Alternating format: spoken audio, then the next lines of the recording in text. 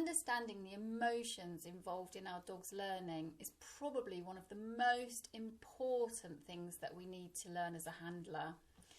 Every single behaviour that our dog elicits is accompanied by a specific emotional or mood state.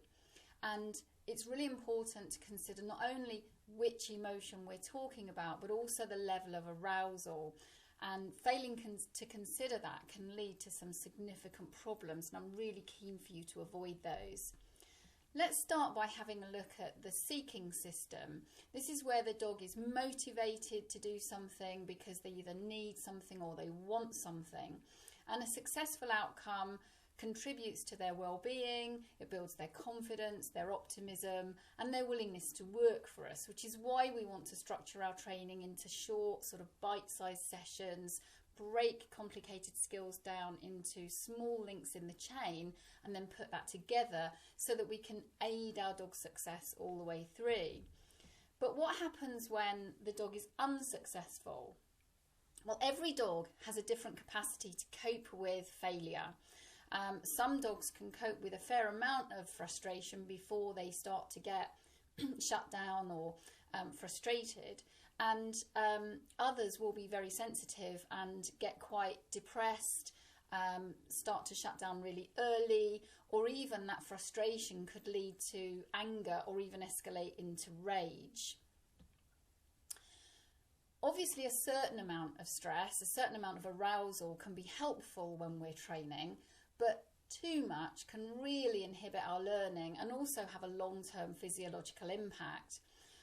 On the left-hand side, we have a dog that is clearly kind of interested and motivated to perform. Let's just take a minute to look at what we're seeing in this picture. You know, the face is reasonably soft, particularly the muzzle. You know, there's a fairly slack jaw, a slack mouth around the muzzle. They're focused, they're looking forward, but the eyes are still quite soft, the ears are quite soft, and you know, the brow is quite kind of unfurrowed. If we compare that to the dog on the right hand side, we can see a completely different picture.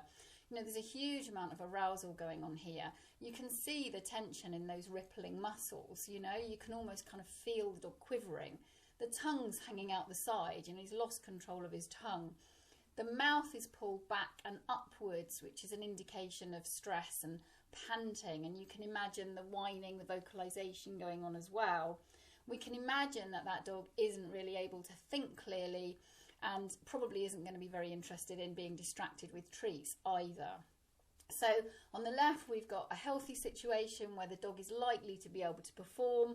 On the right, probably not such a healthy situation, and definitely that learning capacity is going to be reduced.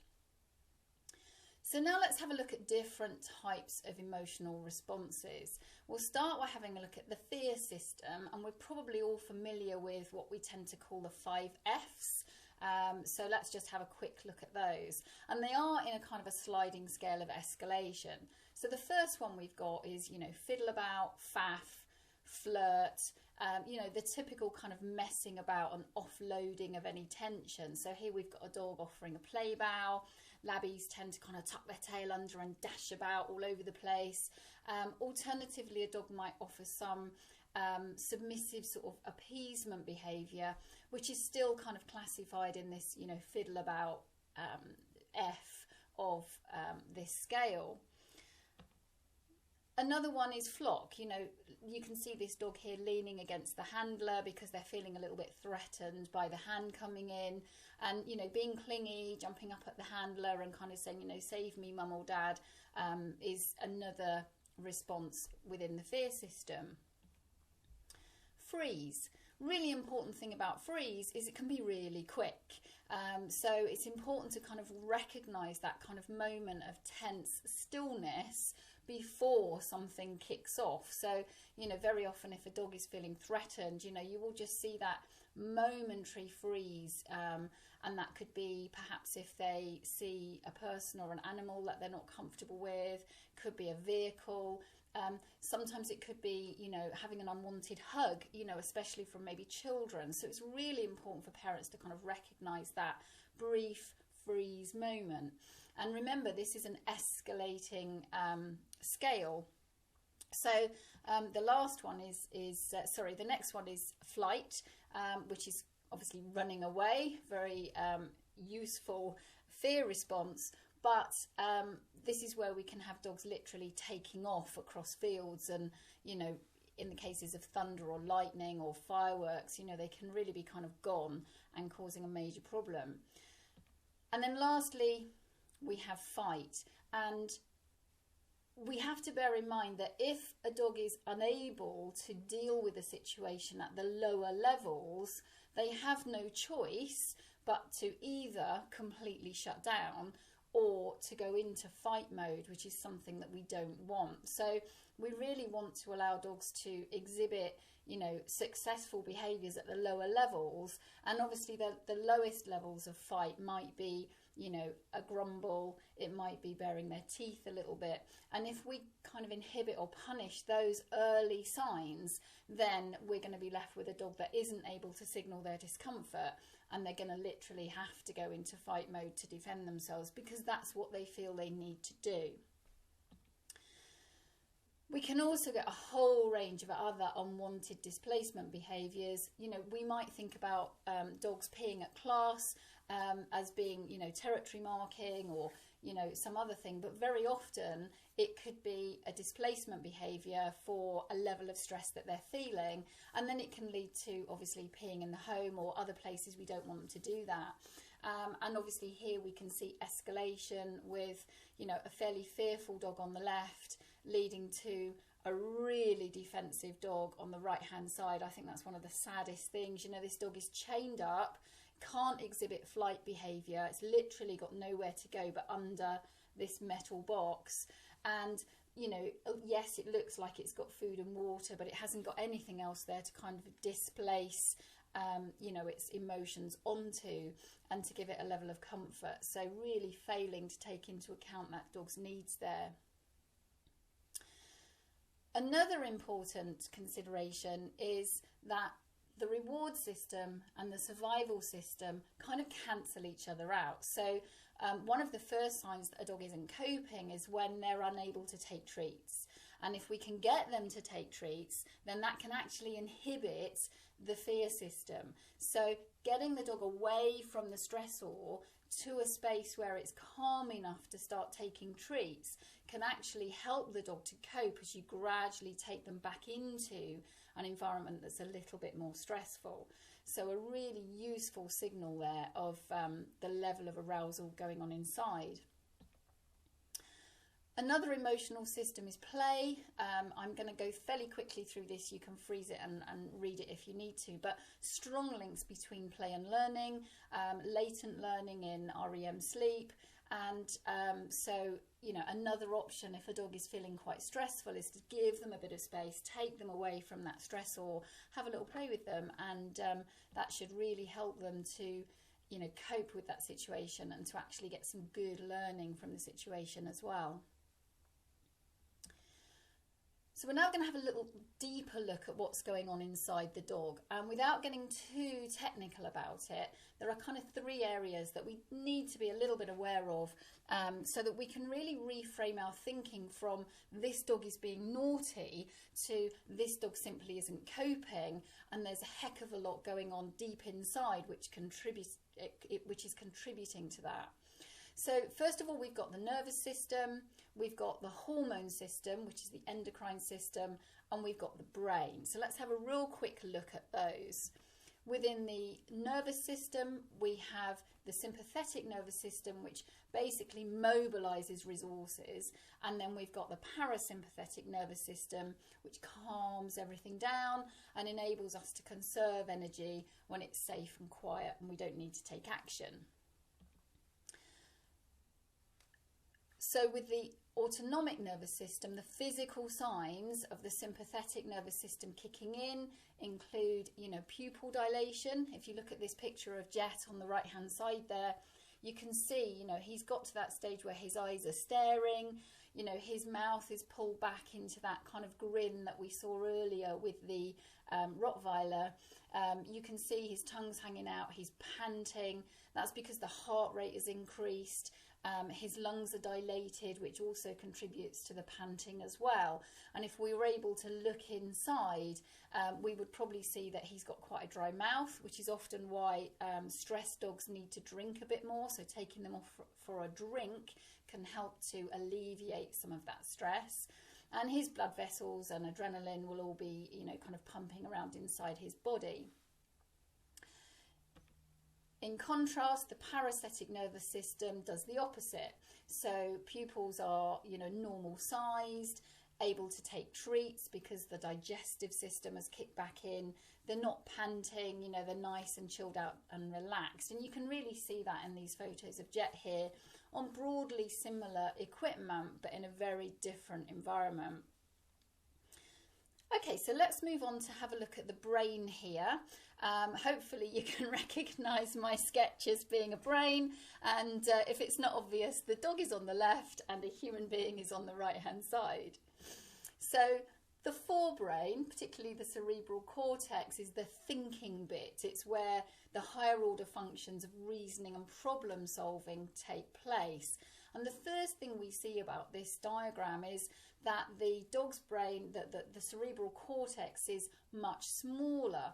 But also what's not really obvious is one of the reasons that human beings have such a higher reasoning capacity is not just the size, but the number of folds in that cerebral cortex, which enables so many more connections to take place.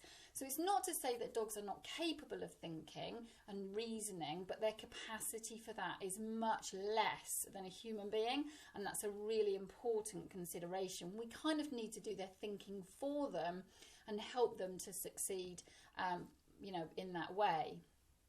Okay, so if we then have a look at the particularly the frontal area of the cortex, this is the area where we're able to project the consequences of our actions. So if I do this, what's the likely outcome going to be? And also where our instincts are to do something socially unacceptable, it enables us to override our initial instincts and to actually think through what's a more appropriate behaviour. And that's kind of really important in a second when we have a look at how this area can get completely hijacked and cut off from being able to reason. Another really important difference between dogs and people is the sense of smell. If you have a look here at the dog's olfactory bulb at the front here, and then compare it to the teeny weeny little human being olfactory bulb, we simply can't imagine the amount of input that is going into the dog in terms of, smells, pheromones, things that we can't even detect. And very often, if a dog is exhibiting a behaviour, that could be a huge part of what's going on inside the dog. The thalamus within the brain acts as a relay station. So in normal circumstances, the dog or the human being will gain some input through the senses, through touch, through smell, through the eyes, and process that information via the thalamus into the cortex, where we can really think about what's going on in a calm way and make some good, sensible decisions. The hypothalamus, which is really nothing to do with the thalamus, but that it sits underneath the thalamus, basically adds the endocrine system, the hormone system, to that processing to help kind of regulate the body appropriately. The limbic system, however, which is virtually identical in people and in dogs, enables the body to fast track that and to hijack it for quick, fast and furious fight or flight responses for survival. So in this case, where there's a perceived or real threat, the amygdala reroutes that information and enables the body to respond instantly to prepare for, defense really. So if we have a look in the body here, we have, as a result of that, a feedback loop that happens between the hypothalamus, the pituitary gland, which produces hormones, and the adrenal gland, which produces adrenaline. And so here we have a perceived threat, probably a really lovely dog, but you know, perceived threat, and we get that action happening to stimulate the production of cortisol and adrenaline. So in normal circumstances, we may well be able to recognise a perceived threat, the same as our dogs, and we can understand why that's happening. But sometimes we simply don't understand why our dog's reacting. You know, it doesn't look like a stressor to us. It doesn't look like a threat, and yet our dog is acting as if it is. And that's partly because, you know, stressors can be really individual based on previous experience that the dog's had, which we've probably forgotten. You know, maybe they saw a teeny weeny cute little puppy or kitten and a car backfired. You know, it didn't mean anything to us at the time, but our dog has associated that with, you know, their perceived threat. And the other thing that's really important is trigger stacking, where, you know, you have one tiny little trigger on top of another, on top of another, on top of another, and the body hasn't had time to settle back down. So that level of arousal has been maintained. In those circumstances, it's possible for cortisol to kind of get stuck in the system, and all these bodily functions can kind of carry on longer than we would expect them to. The feedback loop that should normally shut all those down kind of gets closed off and gets stuck. So let's have a quick look at what cortisol can do in the body. It can interfere with the immune response in the long term. We get more lactic acid produced in the body, which can lead to more irritability, and it can also surprisingly take up to 72 hours to dissipate from the body. So whereas a lot of people with high energy stressy dogs are saying, well, you know, I take them out for a 2-hour walk in the morning and another 2-hour walk in the afternoon, very often the modern approach to dealing with behaviour problems is to actually say, well, actually your dog needs more downtime. They need more time to process all that cortisol and for it to dissipate from the body. So actually reducing the amount of full-on exercise can result in a calmer, healthier, happier dog. Especially when it's accompanied by some good old thinking games, some shaping training and things like that. Our fantastic local behaviourist, Andy Hale, has a great analogy that he calls his bucket. Okay, so if you think about the emotional bucket, it gradually fills with stimulations through the day. So here at the left-hand side at the top, we've got a bucket which is kind of filling up, but it's, you know, looking like, you know, fairly stable. And in the middle picture, we have that bucket gradually draining as we have calm and some space, and so, you know, that emotional arousal can dissipate. Then we start to get a situation where, you know, that bucket's full and a few more drops are coming in, which is kind of beginning to almost tip that bucket over the edge. You know, visually, not much to be seen there. You know, it's not quite overspilling yet. We've got a few little drips on the side. But then in the next picture, we can definitely see that's beginning to spill over the top. And obviously in the last picture, that copper bucket is really overflowing. And that would be a very obvious outpouring of response from the dog. So what can we do? Well, there are a number of things we can do to kind of help the dog cope. So first of all, stopping whatever is going on, if that's an option. If it's not an option, provide more distance for your dog. Simply removing them from that overstimulating situation and backing off, observing them, checking that they can take treats again, checking that their arousal level is reducing, before gradually kind of going a little bit closer, maintaining their ability to cope. Provided there's no safety issue here, you know, sitting down can actually help. Obviously, one of the consequences is potentially we're putting us at eye level with the dog, you know, face to face. So in aggression cases, obviously be really super careful. Otherwise, standing really still, moving slowly, perhaps slightly away, sideways onto the dog. So you're not, you know, directly confronting the dog, giving them a little bit more space. Breaking the eye line if two dogs are eyeballing each other. I think that's really important. We see that a lot in group classes where, you know, particularly herding dogs will be like staring intently at another dog, and it may be that dog that kicks off first, but it's been contributed to by being stared at very intently by another dog. So being aware of when two dogs are kind of eyeballing each other and just breaking that up, that's a behaviour dogs understand really well, and often you'll get one dog doing it, between two other dogs. Providing physical relief as well, taking them off to have a chance to have a pee, to have a drink of water. Remember, they tend to get a very dry mouth when they're a bit stressed. Calmly stroking your dog.